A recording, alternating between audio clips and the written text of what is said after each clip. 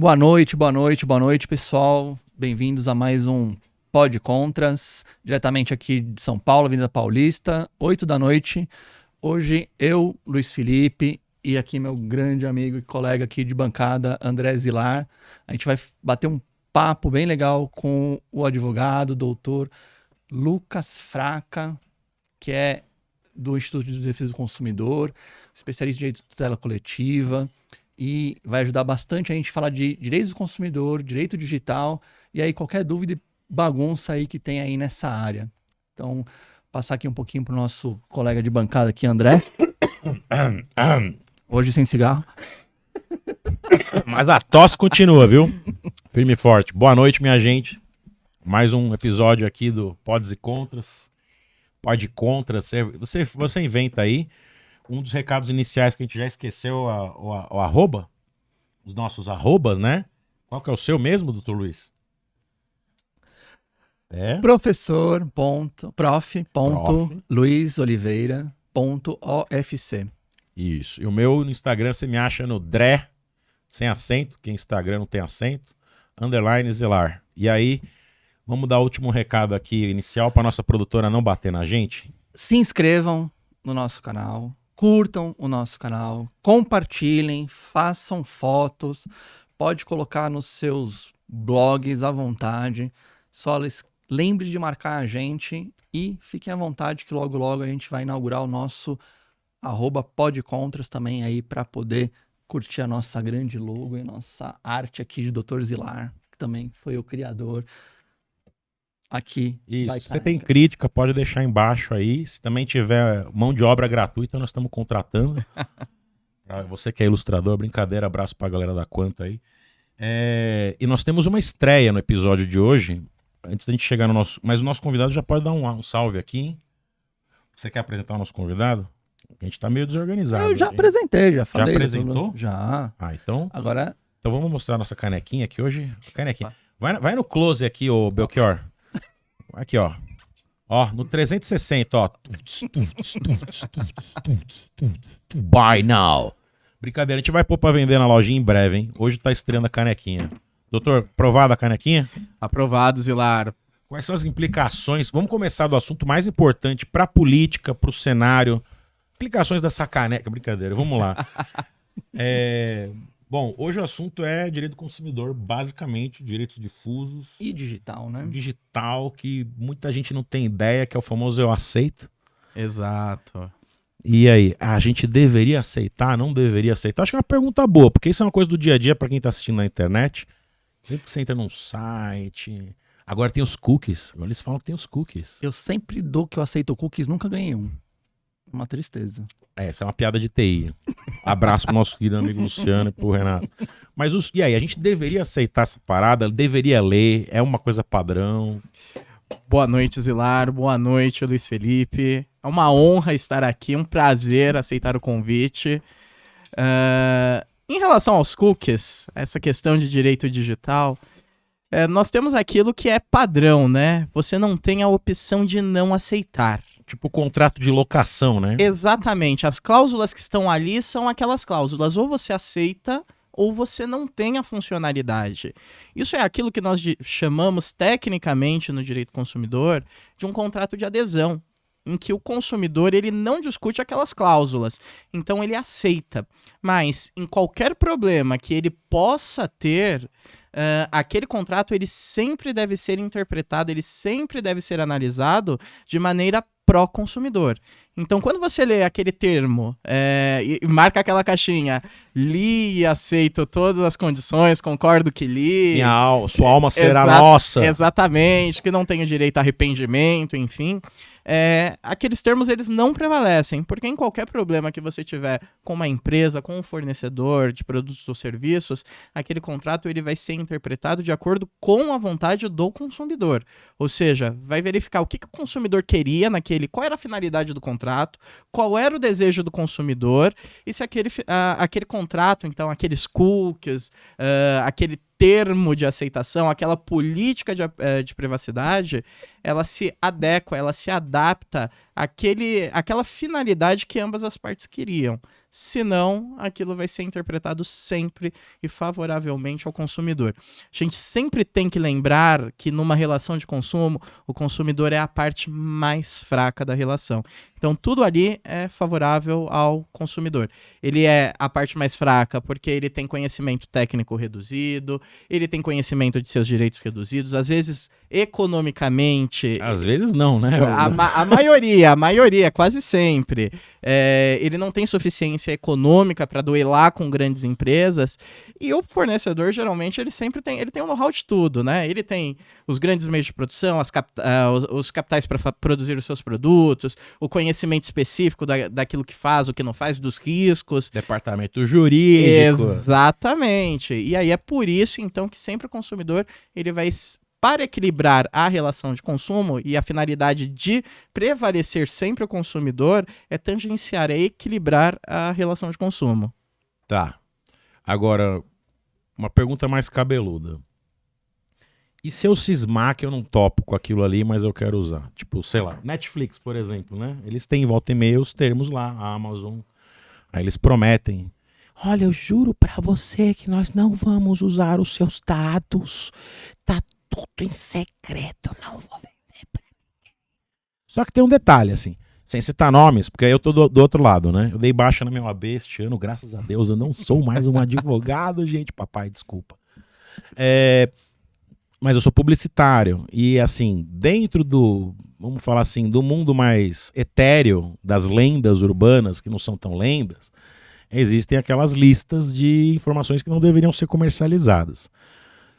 Eu não vou fazer a pergunta mais cabeluda, vou fazer uma meio, um corte padrão. Eu consigo negociar isso? Um consumidor, vai, eu entro lá num site, eu não tô afim de... Não, eu quero acessar tudo e não tô afim de... Não vou assinar esse contrato aqui. Posso ligar lá na Netflix e falar... E aí, meu, beleza?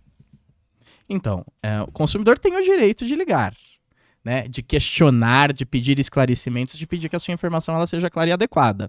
O grande problema é que esses fornecedores muitas vezes não atendem. É isso que eu ia falar. Ele tem o direito de ligar. E os caras, nós temos o direito de não atender. Exatamente.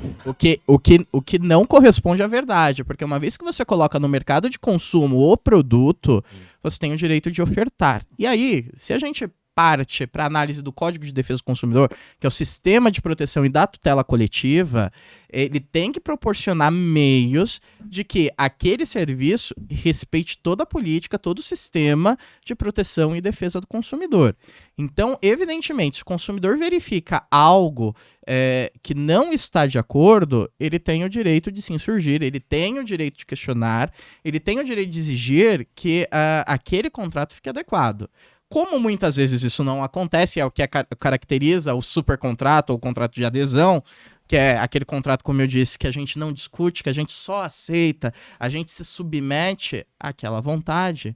Então é possível verificar ali se nós temos cláusulas abusivas, se são contratos leoninos, como nós chamamos, né? E um consumidor insatisfeito, então, porque questiona algo e não teve esse acesso, o que se recomenda é que ele, então, procure as autoridades de defesa do consumidor, o próprio PROCON, o próprio Ministério Público. Vai lá, registra a reclamação. Registra, exatamente, e solicita uma intervenção para que se verifique aquilo. Porque aquele problema que ele manifestou geralmente é um problema de uma coletividade sem fim, que você não consegue...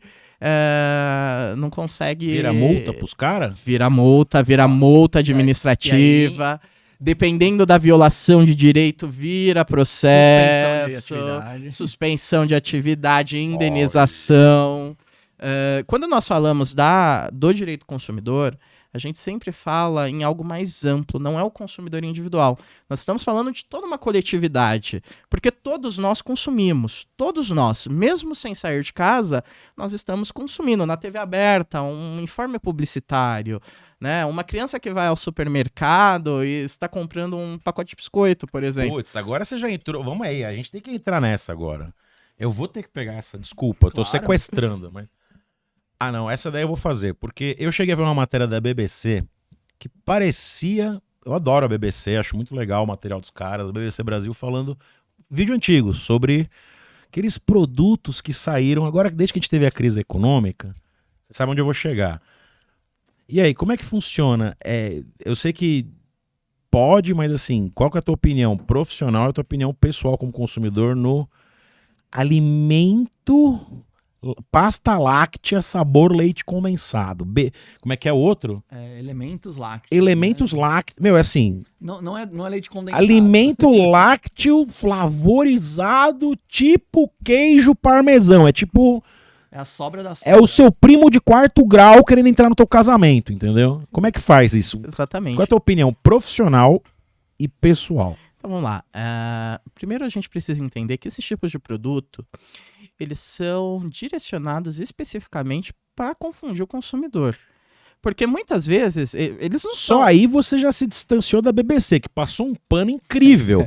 Cara, é preciso entender que esses produtos sempre existiram no mercado. Falou, claro, e os leprechauns e os duendes também estão Exato. dançando lá Não, esses no Morumbi agora. Esses produtos, eles são substratos dos produtos originais. Ou seja... É o lixo. Exato. O que eles falam é o ultraprocessado É o daquilo que crack já do foi- leite, o bagulho. Exatamente. É a sobra, é o soro. É o ultraprocessado daquilo que já foi processado. Então, geralmente o que eles falam é composto lácteo, fórmula láctea, isso muitas vezes não tem nada de lácteo, né? A fórmula que eles fazem se distancia muito disso. Isso no ponto de alimentação saudável, até lembrando que o Brasil é signatário da agenda da ONU, que fala sobre alimentação saudável, nós temos um perigo muito gigantesco, porque hoje nós estamos falando de... você tocou num assunto de subprocessados que são de consumo de pessoas mais adultas, né? Mas nós temos os compostos lácteos, as fórmulas infantis, que são confundidas por um sem número de mães Meu Deus. Compra errado, que né? compram errado e alimentam as suas crianças de forma errada. E as crianças não se desenvolvem. As crianças desenvolvem grandes problemas de saúde, grandes problemas de desenvolvimento alimentar, de subnutrição, de desnutrição. E é um mercado que a gente precisa se preocupar, né? Caraca. E que isso você não vê, por exemplo, nas gôndolas do supermercado. Ninguém coloca em destaque Não. uma placa, não é leite, Não é não é produto lácteo. É isso que eu ia falar, porque eu só fui prestar atenção nesse assunto quando eu fui no mercado, comprei os leites condensados mais baratos, falei, nossa, que preço bom, hein? Metade do preço. E aí eu fui fazer um brigadeiro. Eu fui, mas não voltei, entendeu? Fiquei lá uma hora, eu falei, mas não dá ponto nunca. Aí, no meio da loucura, comecei a xingar a marca, que eu não vou falar. Aliás, esse aqui eu acho que é o podcast que a gente tem mais arriscado de não ter patrocinador nenhum jamais, né? Vamos com muito cuidado, gente, né? Pra empresa que trabalha bem, não, mas enfim. Também a empresa que trabalha legal, também não é legal patrocinar, né? Tipo, enfim. E aí, a minha mulher pegou, olhou e falou, deixa eu ver essa marca. Aí no meio da marca eu falei, pô, mas não é possível. Você não comprou leite condensado. Uma marca não é ruim, também não vou falar o nome aqui. Aí quando eu peguei, eu olhei lá embaixo, Composto lácteo. composto lácteo, não sei o que lá, de soro de leite. Exatamente. Eu falei, cara, e a embalagem? É um Era igual, pudim. era Era um cara. pudim. É idêntica. E isso se torna grave quando nós estamos falando de crianças, na primeira infância. Porque uma mãe, ela não sabe diferenciar, principalmente se for uma mãe de primeira viagem, ela tá achando lá que por recomendação do seu médico pediatra, um médico endocrinologista, ela tá adquirindo um produto e ela tá levando outra. E não sabe diferenciar, porque a embalagem é idêntica. E aí os grandes fornecedores falam, não, mas não é idêntica, tudo bem. Um produto é amarelo e o outro produto a cor é ouro. Não, assim, diferença aí vai é- na minha área. Na época da minha faculdade, ela falava-se muito do CONAR. Ainda funciona? O CONAR ainda existe? Funciona. Agora, não retoricamente, na prática tá funcionando Funciona. o CONAR, porque o CONAR antigamente era assim, você não podia fazer um negócio, e era bom até, o publicitário chorava, mas assim, ainda é assim, porque isso não assim, entra no CONAR? O que nós temos no Conar, o Conar ele tem as peças publicitárias, né? Embalagem não entra nisso? Entra, mas esse tipo de questão não é muito publicizado, até porque existem limitações inerentes ao próprio Estatuto da Criança e do Adolescente, por exemplo, quando a gente fala de crianças, né? Se a gente olhar as nossas publicidades, as nossas propagandas, da época que nós éramos adolescentes ou crianças, você via uma enormidade de publicidades que hoje, se você parar para pensar, não se tem, quase não se tem. Porque isso realmente estimula. E aí você estimula um consumismo infantil, e não só isso, um consumismo que desborda a questões problemáticas. Tá falando daquela briga do McDonald's, que o Ministério Público caiu em cima do McLanche Feliz, não foi isso? Também. Que aí acabou... Brinquedinho, Lembra disso? Que falava que aí no final saiu a resolução do tipo, não Exatamente. pode fazer essa venda casada. Se o cara quiser comprar só o brinquedinho, ele compra, né? exatamente. A criança, né? Mas eu comprei pro meu primo, tá ligado? Esse vídeo do Porta do Sul. Comprei pro meu primo os bonecos do Mario na época. O meu primo. Meu primo, Meu sobrinho. em aspas. né? Comprei todos, assim. Não sei. Porque quando você publiciza isso para uma criança que ela tá se desenvolvendo, Cara, não ela vai querer o lanche ou ela vai querer o brinquedo? Brinquedo. E ela tá num momento lúdico, ela tá aprendendo aquilo. Porque a gente tá desenvolvendo a personalidade. Exato, Ali, né? é legal ter brinquedo, todos os coleguinhas têm.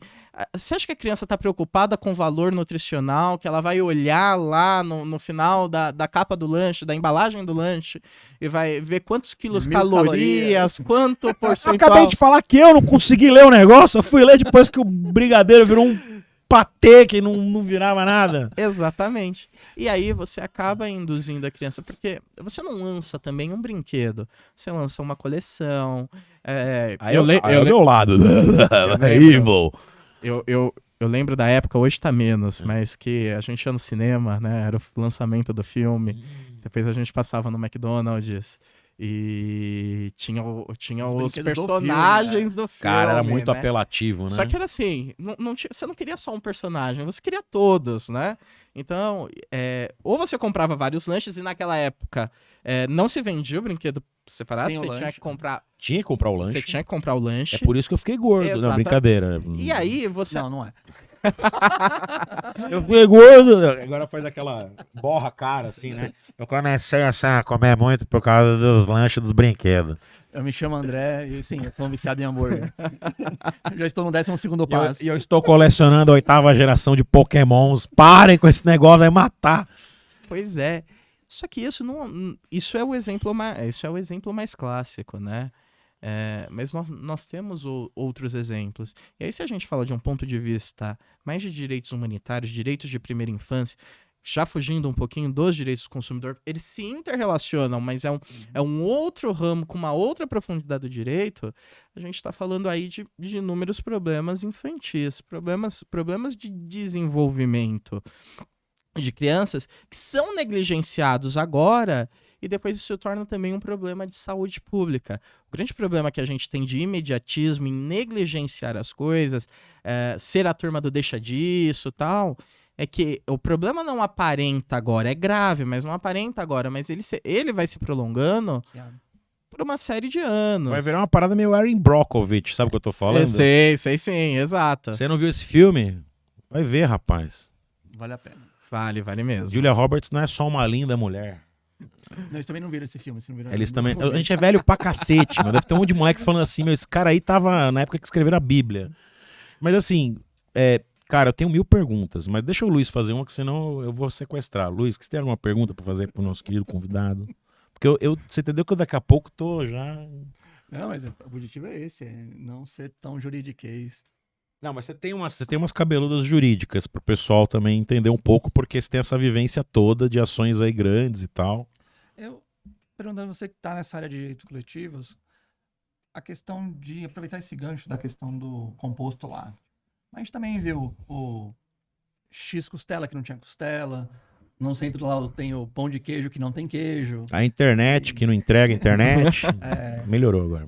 E essa preocupação a gente tem também a questão da transparência das empresas. Ou seja, você faz uma super propaganda do X costela, mas aí tem uma letrinha no fundo ali que é imperceptível. É assim, texto legal na nossa área. Não temos costela, temos essência de costela.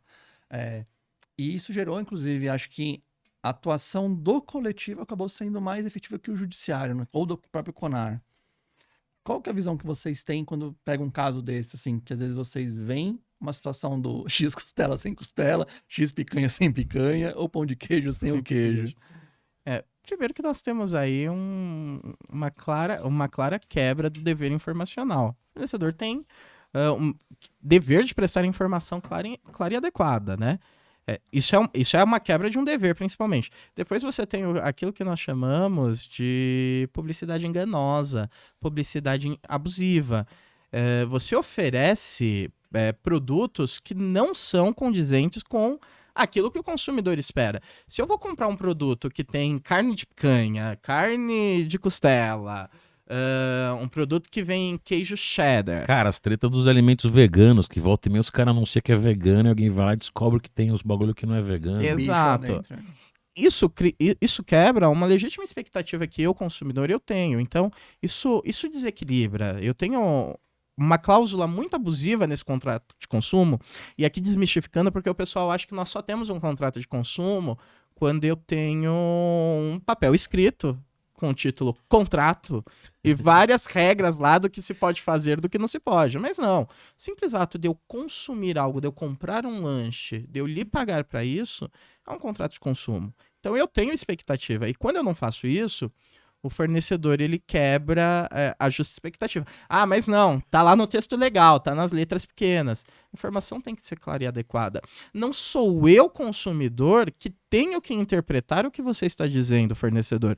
É o fornecedor que tem que me dizer com todas as letras. Olha, o produto não tem leite, o produto não tem sódio, o produto não tem picanha. E quando a gente faz isso, nós temos uma má-fé tremenda, porque são produtos considerados da linha premium, né?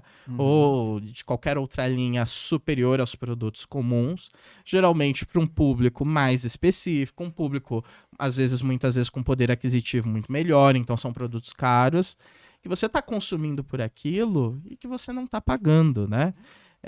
Então aí você tem a atuação não Mas aí tem a questão cultural, o brasileiro acha chique rasgar dinheiro. Tem essa questão. Eu tô falando isso da minha época, quando eu acabei de me formar em Direito, na época, que advogado é assim, né? Quando nasce ele quer usar que nem um louco, né? E aí nunca mais esqueço, reclamar o direito do consumidor, que era uma coisa que, foi uma dádiva na época, né? Eu me formei em 2002, 2003, na época. E eu vi que todo mundo em volta olha pra você com desdém quando você pede seus direitos, cara. Exatamente. Aqui... Existe uma coisa cultural também, não tem? Existe. E no Brasil, eu acho que não só no Brasil, nós temos que parar com isso, que direito não é favor. Direito é uma imposição legal. Tá? Não é favor. Que o cara na empresa faz isso. Só dessa vez. Não, então... clichê essa. E aí... Vou te atender. Vou te atender. E aí nós temos um problema que toda vez que nós falamos, vamos deixar, nós estamos transigindo. É comigo, é com você. Nós estamos compactuando que isso se perpetue, que isso prolongue no tempo, né? Então, assim, direito é direito, não é favor. Se ele existe, é porque quando foi pensado, quando foi posto na lei, é que se estabeleceu que ele deve ser cumprido. Então a gente não pode ficar afastando, né? É aquilo que eu falo, ou você tem direito ou você não tem. Não tem essa, eu vou dar um jeitinho, eu vou separar, não. E é aquilo, quando uma empresa, quando um fornecedor é multado, é acionado judicialmente, sofre alguma sanção administrativa judicial, até mesmo criminal, porque existem os crimes contra relações de consumo, que o pessoal negligencia isso. Pô, aquele rolo do leite com a... Como é que é o nome? Com soda cáustica. Exatamente. Nossa, isso é produto inapropriado ao consumo. Cara, depois eles explicaram que ainda vai um pouco mesmo, né? Mas assim, o cara... Quantas gotas coloca? Não sei. Ligou a torneira. Mano, morreu criança. Eu não tô fazendo piada com isso, não. Foi grave Sério? o negócio. É que Da nem... cerveja também. Quando nós falamos de alimentos, né, principalmente pelas agências regulatórias, nós temos Anvisa, o Cara, MAPA. é isso que eu ia te perguntar. Esse tipo de coisa, você não tem... Eu tô perguntando pelo lado de quem, né, que tá assistindo esse vídeo que não manja nada. Ponto 1. Supermercado não tem fiscal de Anvisa, de vigilância sanitária pra ir lá e falar, deixa eu abrir um leite desse aqui pra ver como é que tá. Tem, e eles são atuantes. É que isso, infelizmente, não vira notícia. Mas tem fiscal. Obviamente, as forças, eles são insuficientes ao número de estabelecimentos Muito superior à quantidade, né? comerciais, muito superior. É tipo os caras na Amazônia, né? Bom, tá vendo daqui pra lá até Simba, dali até ali você que trabalha, viu? E o que acontece, né? Esses fiscais, né, que fazem essas vistorias, eles têm um número de estabelecimentos muito grandes, né? E alimento é uma coisa que é dinâmica. Você tem um lote que estraga, um produto que vai vencer. Então, às vezes, eles estão num dia lá que o produto não... Eles emitem alertas, recomendações. Olha, esse lote aqui, o produto vai vencer. Esse lote aqui não pode ser... Ele precisa ser retirado. Mas não necessariamente que ainda cometeu uma infração. Você acha que é branda a nossa legislação nesse ponto? Eu entendo que sim. Porque os crimes contra as relações de consumo... infelizmente, eles não são muito penalizados. Pô, aí eu vou juntar com o Luiz aqui pra gente contar nessa novela dos casos lá de gente que pôs meu nome no Serasa de número de telefone que eu nunca tive. Isso acontece, mas, por exemplo, quando você fala assim, o produto está impróprio ao consumo, tá o quê? Tá estragado, a data de validade venceu. As pessoas pensam, né, muitas vezes, que só uma sanção administrativa, uma multa, resolve. Quando não, quando se você tivesse o processo criminal para que condutas daquela não se repitam, resolveria. Porque você multa uma vez, você multa outra vez, você vai multando, vai multando, vai multando. E às vezes compensa você pagar a multa. Putz, você chegou no ponto que eu queria chegar, meu. A multa é barata. É isso que eu ia falar. Porque eu vou contar um negócio que é assim, meteram o meu nome no Serasa. Quando eu fui descobrir, era, pior, não é que eu não tinha um número de telefone, de uma operadora que eu nunca fui cliente na vida. E aí, na hora de pedir indenização, qual é o argumento que o outro advogado dá sempre? Enriquecimento ilícito, excelência. Tá pedindo é o famoso tá pedindo demais, pra você que não entendeu nada. O cara fala assim, não, pô, vai dar muito dinheiro pra ele, pô, coitadinho dele. Todo mundo tem nome no Serasa. Eu cheguei a ouvir isso de uma magistrada. Rapaz, isso é um mero infortúnio, é um dissabor da vida, isso acontece com todo mundo. Casos do cotidiano, né? E aí eu pergunto pro escritório do doutor, como é que funciona esse dia a dia na relação de consumo? Que eu imagino que sim, deve ter cliente que chega lá com relações de montantes grandes, alguém que, sei lá, comprou um veículo, um imóvel, mas também tem esse cliente pequeno que chega com esse tipo de demanda. Tem o cliente pequeno, e não são poucos. Aliás, é a maioria, né? Cobrança indevida, cobrança abusiva, né? Às vezes a cobrança é até devida, mas você cobra mais. Às vezes você deve 100, mas a empresa cobra 1.000, né? Ou erros sucessivos em faturas, por exemplo, lá no escritório nós já tivemos casos, por exemplo, de clientes com determinada operadora de telefonia, que por meses ela tinha um contrato, a cobrança era devida, mas faziam alterações internas dentro do sistema, contratando determinados produtos mensais, e aquele contrato aumentava. E todo mês esses clientes tinham que ligar reclamando para eles corrigirem a fatura, e no mês seguinte vinha. E essas situações, elas não se perduram por 1 mês, 2 meses. Não ganha cansaço. Às vezes as pessoas demoram 2, 3 anos para resolver. E aí eu sou muito adepto até de uma campanha que a OAB sempre faz. Não é mero aborrecimento. Porque quando nós falamos de danos morais, de dor emocional, de dor moral... É encheção de saco. Só quem sente a dor é que sabe aquilo quanto dói. Eu não posso quantificar. E isso é um exercício para nós, operadores do direito, tanto advogados quanto juízes, promotores, fazer essa quantificação. Quanto é que vale a tua dor, né? Só que eu também não posso falar que determinadas questões, como o descaso de inúmeros fornecedores, porque essa virou a regra. O descaso dos fornecedores virou a questão de mero aborrecimento. E, infelizmente, nós temos uma política judiciária que muitos colegas aqui podem confirmar o que eu estou dizendo, que é no sentido assim, a empresa tem inúmeros casos parecidos. Se eu condenar todo mundo ao dano moral ou alto... Bicho, mas aí é que parava. Não, até o dia que o juiz perde o avião, né? Ou que o juiz é negativado. Como assim? Que história é essa aí? Não, aí tu vai contar aqui, pô. Não, teve um juiz que ele não conseguiu embarcar por até um pouco de culpa dele. A indenização foi quase R$100.000 pro juiz. Pro juiz vai. Uma vez eu li num processo e eu li um comentário sobre um processo e é muito verdade. Não interessa a dor moral. Interessa o sujeito do dano. Quem sofreu o dano é um quantificável. Que é uma das frases mais escrotas que o Brasil tem. Você sabe com quem está falando? Exatamente. E aí é o que entra. Se nós elevássemos esses danos morais, os danos materiais, as condenações, as sanções em si, Cara, para essas empresas... Se fizesse um caso É isso que eu grande, a gente falava muito sobre eles isso. paravam de fazer A gente isso. eu conversei muito com ele sobre isso. Eu falei, a magistratura podia falar, a gente não vai fazer a indenização pra... Eu vou dar um ponto de vista de fora. O senhor me dá a validade ou não, se faz sentido ou não.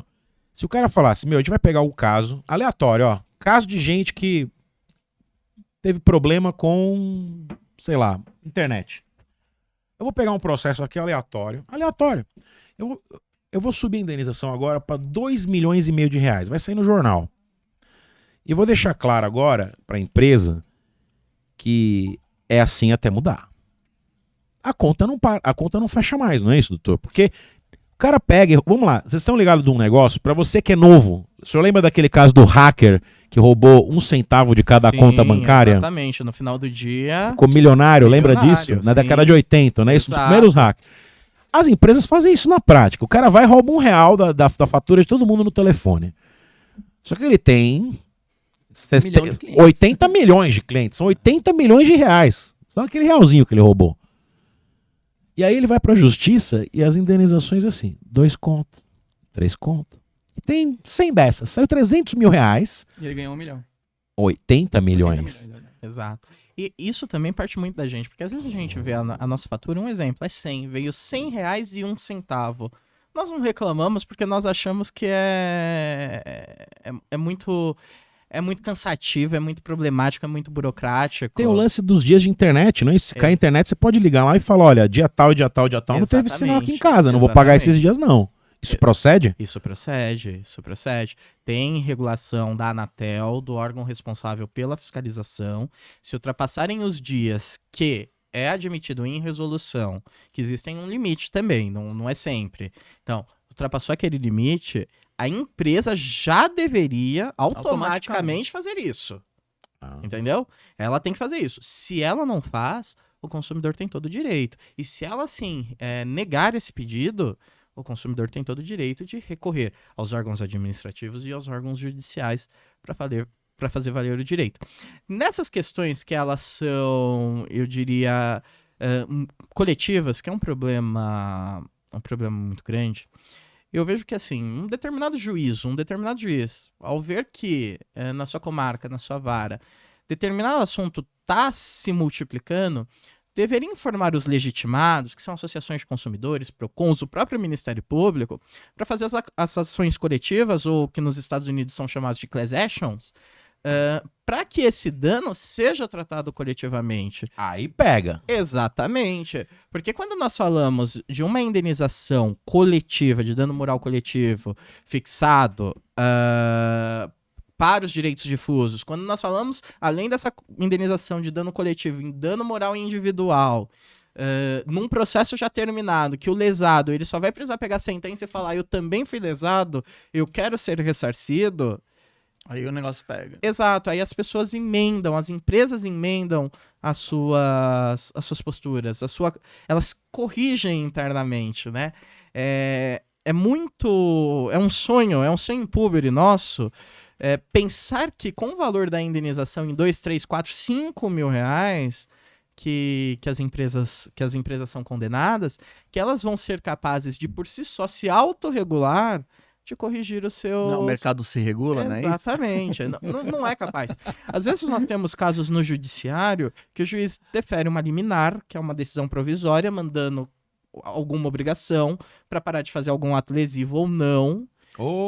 Pode parar de cobrar, né? Exatamente. Semana que vem eu vou lá e mando. E as empresas continuam cobrando porque elas não conseguem atualizar o seu próprio sistema interno. Elas não têm controle sobre o próprio sistema. Putz, aí você chegou num ponto que eu queria... Não, e o sistema? Porque tudo é culpa do sistema, Não, mas até- você processa o sistema? Até aproveitando o negócio do sistema, a chamada importunação ilícita.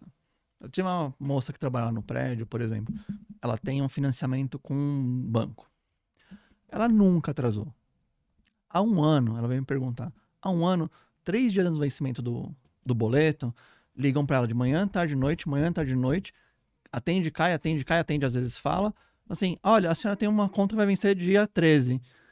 Ah, tá, eu sei, tá programado. Ah, tá bom. E liga no dia seguinte de novo. Manhã, tarde, noite, manhã, tarde, noite, manhã, tarde, noite.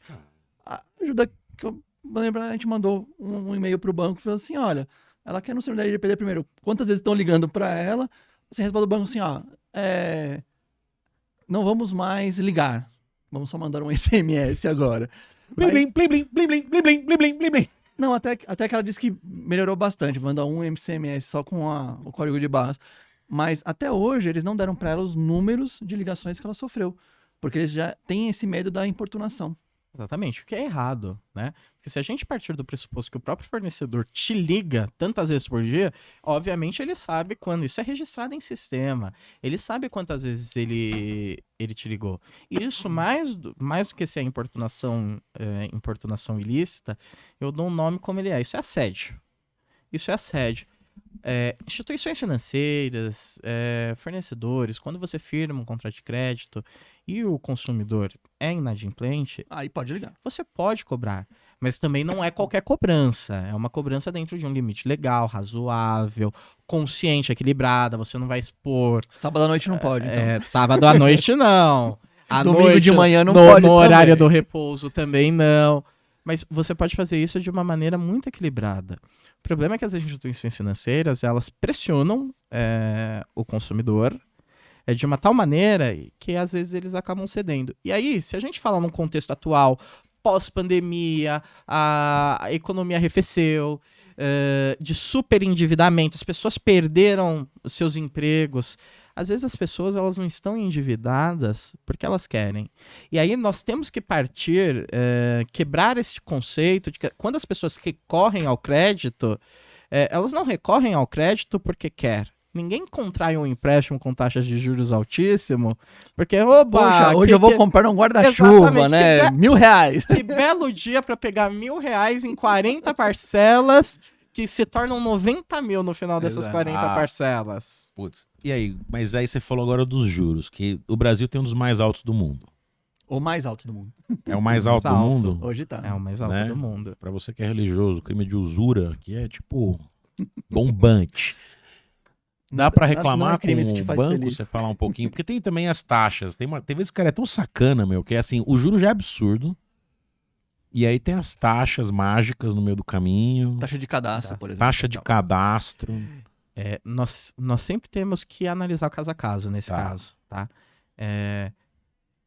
Que pese na nossa Constituição, nós, lá quando ela foi proposta, lá em 87... Ulisses Guimarães! O Exato. livrinho! Ter uma proposta de limitação a 12% anual, que seria um mundo ideal, né? Nós sabemos que isso hoje não funciona, isso sequer chegou a passar. Então vamos acreditar. Exatamente. Mas o que acontece? Você tem que avaliar caso a caso, tá? E isso vai muito das informações, e quando eu falo de conceito dever do fornecedor de prestar informação clara e adequada, essa questão de juros tem que estar muito bem especificada no contrato. E quando eu digo especificado, não é em cláusulas, é especificado para Dona Maria, que não tem letras, que ela possa entender.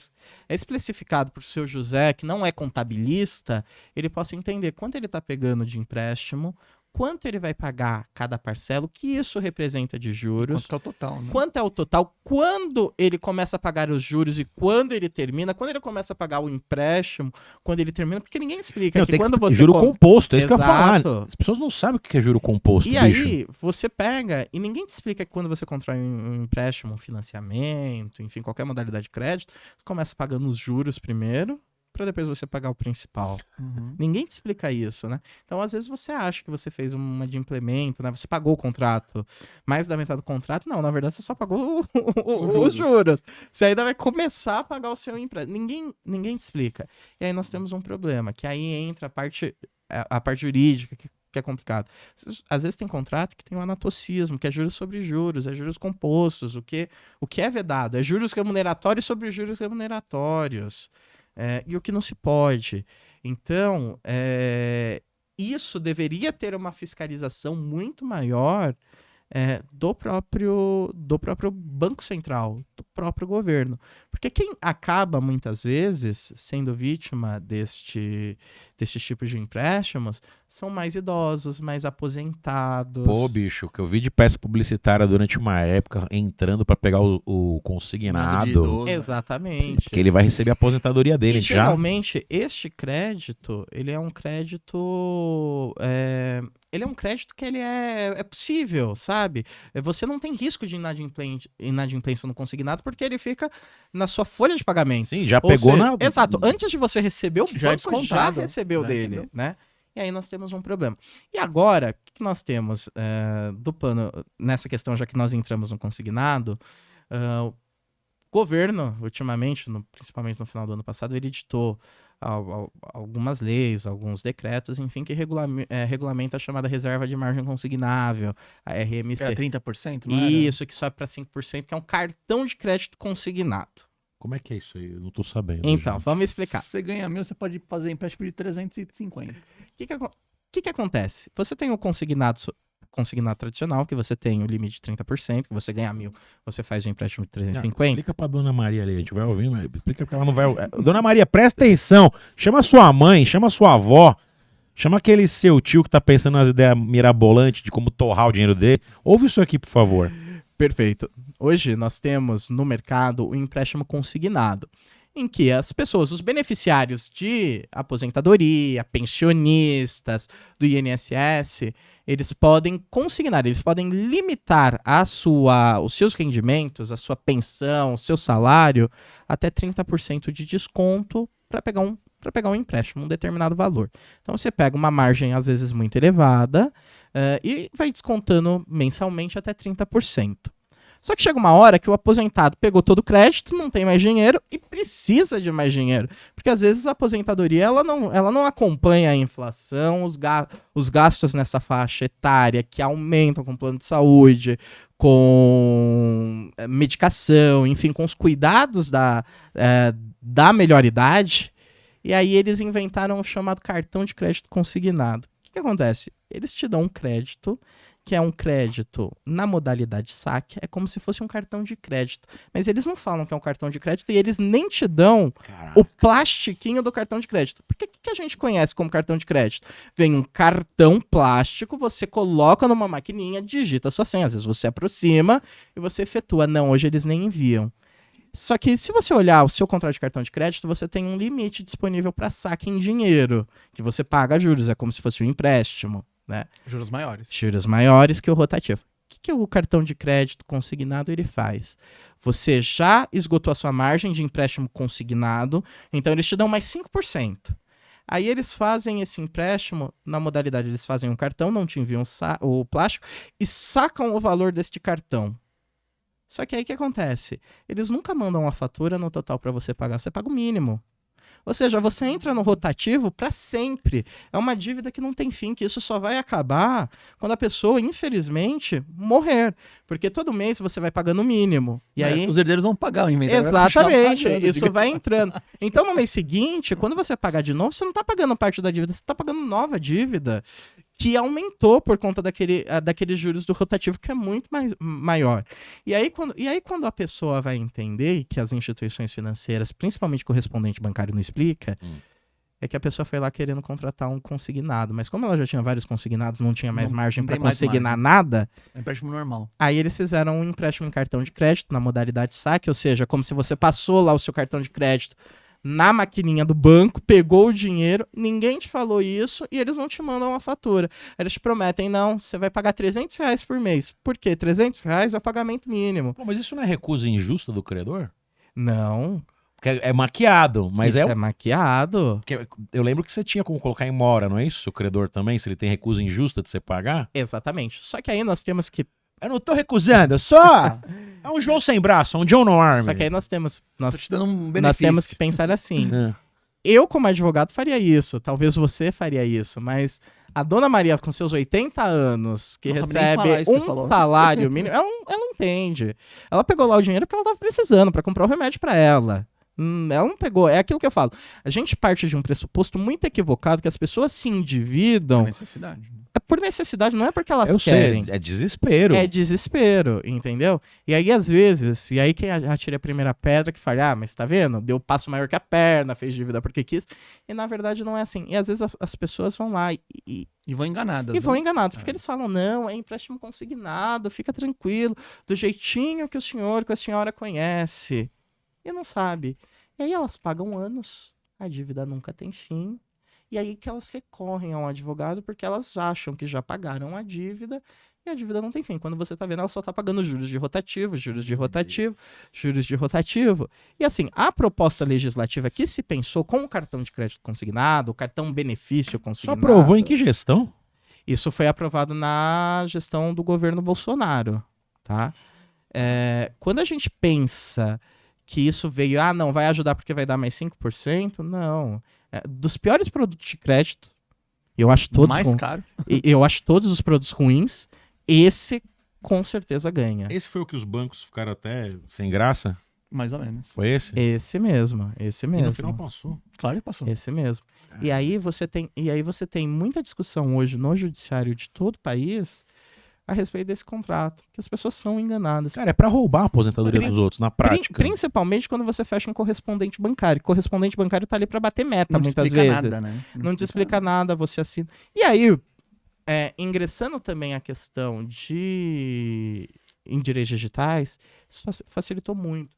Com o vazamento digital, de né? dados, com a abertura de conta digital, Putz, cara. o que nós temos de aposentados, de pensionistas fraudados, Não.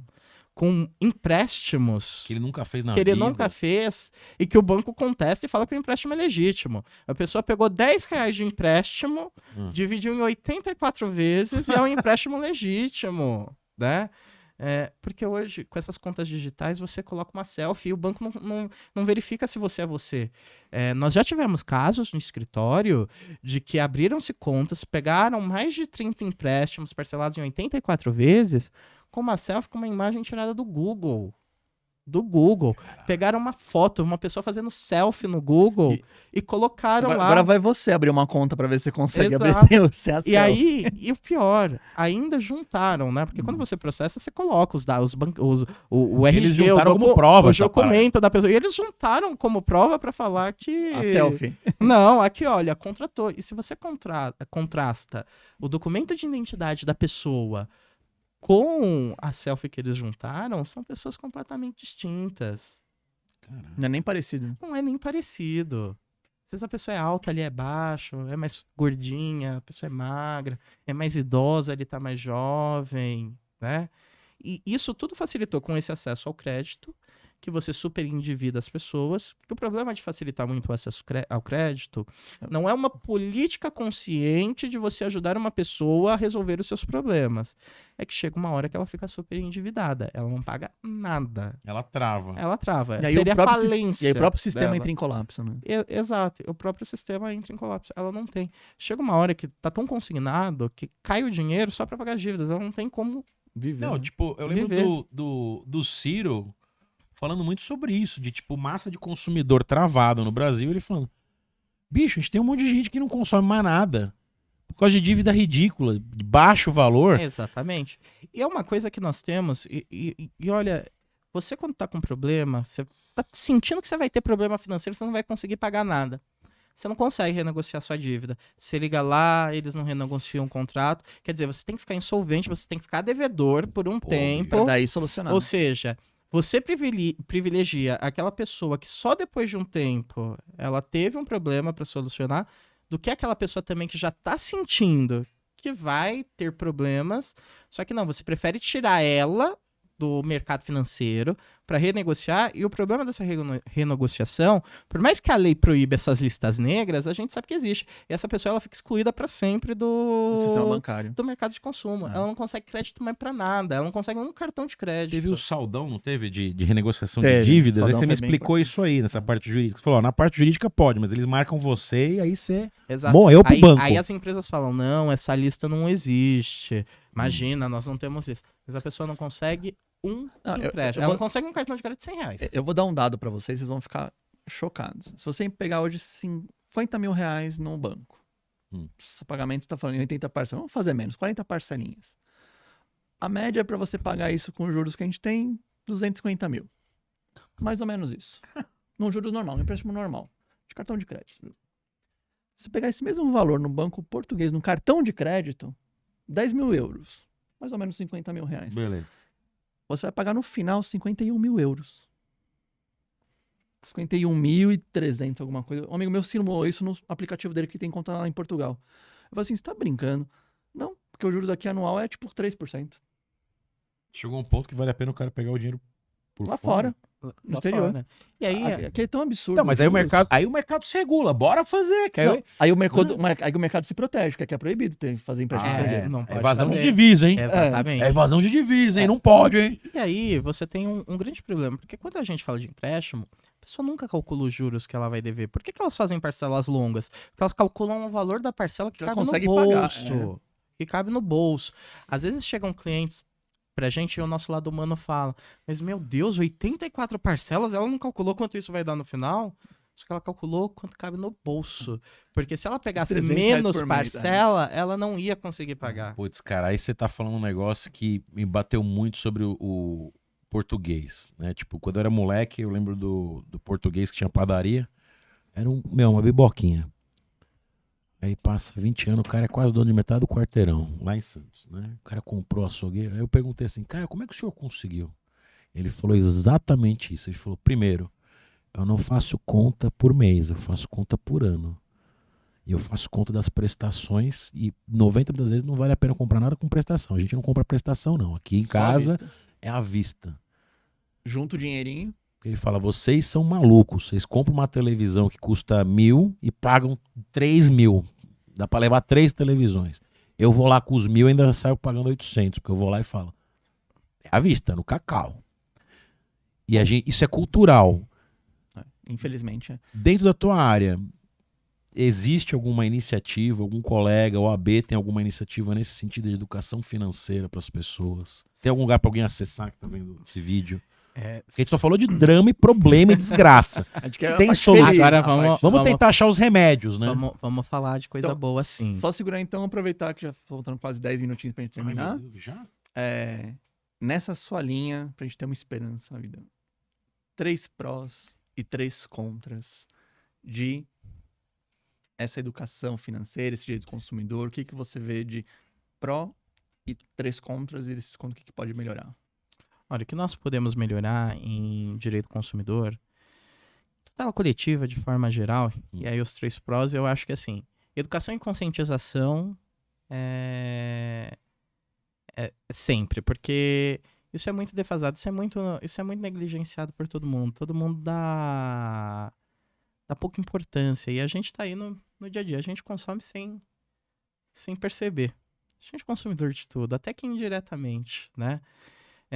Além dessa democratização, essa universalização do acesso à informação, a gente estabelecer, financeiramente falando, e eu acho que esse também é um assunto do momento, linhas de crédito sustentáveis, para que as pessoas possam não criar sistemas exclusivistas, mas sistemas inclusivos em sociedade. Nós precisamos incluir o consumidor em sociedade. Nós não precisamos excluir. Incluir em sociedade não quer dizer que é consumir, porque chega uma hora que o crédito acaba, né? Nós temos uma sociedade muito consumista, então nós precisamos ter então esse consumo responsável, essa ética na relação de consumo. Nós precisamos também, eu acho, de fiscalizações mais enérgicas, né?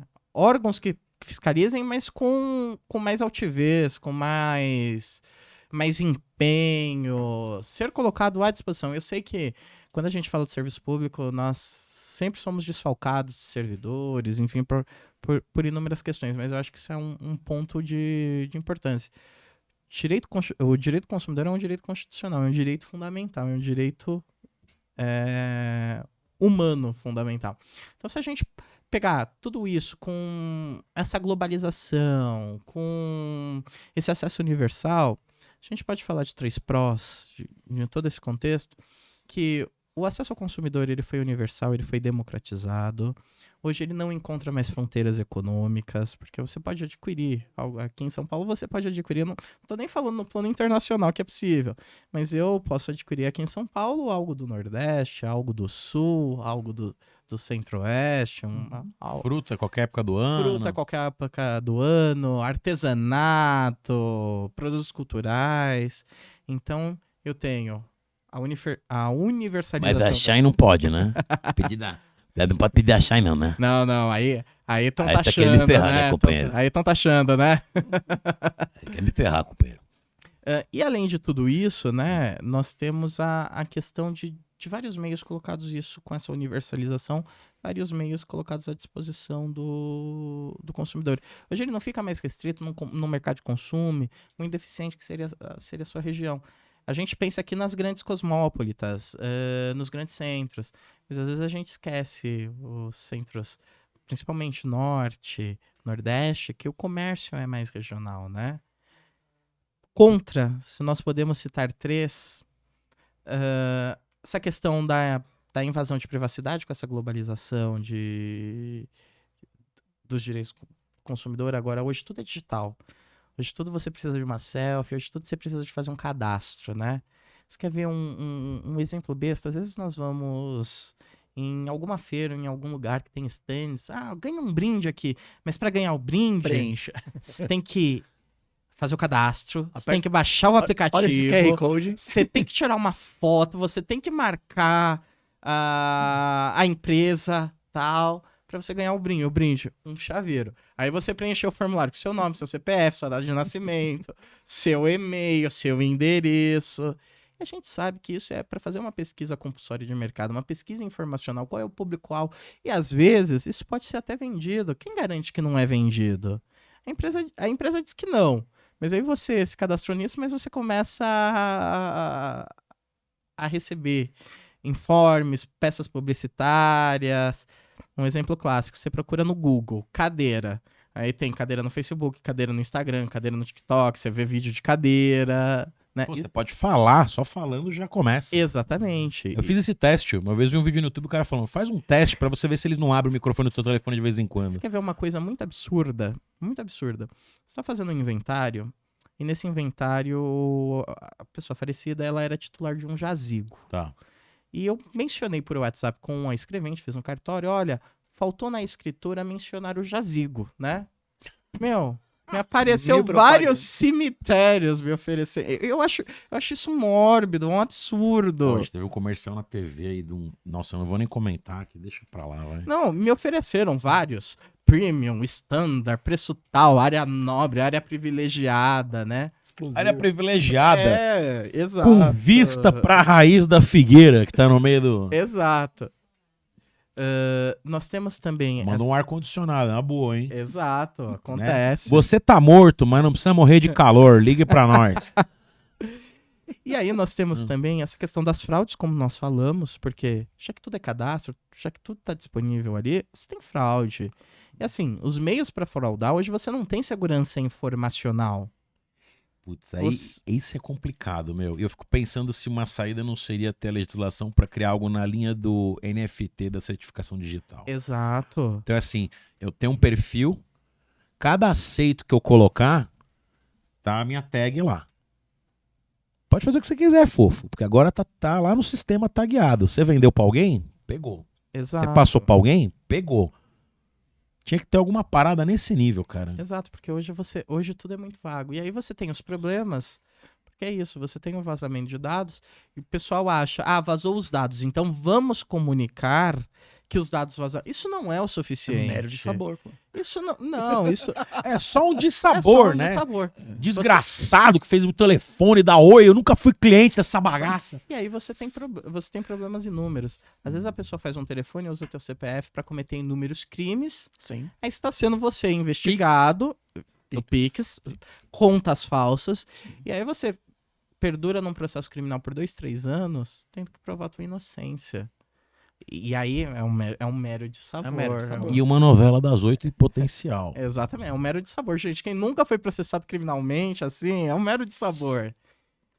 E além, como um último contra, acho que dessa sociedade, essa sociedade de consumo, nós objetificamos o consumidor. O consumidor não é mais sujeito de direito.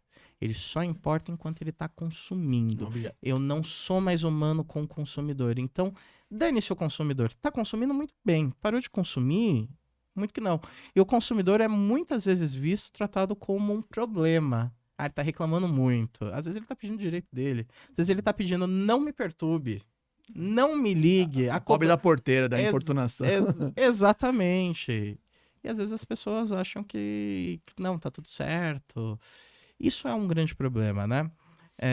Nós evoluímos muito em 30, 35 anos, mas nós precisamos evoluir ainda mais. Acho que temas sensíveis de proteção de dados, de superendividamento, de consumo consciente sustentável, acho que essas questões ainda elas precisam ser melhor tangenciadas. Nós estamos começando. Mas já são um caminho. Já é um caminho, nós demos os primeiros passos.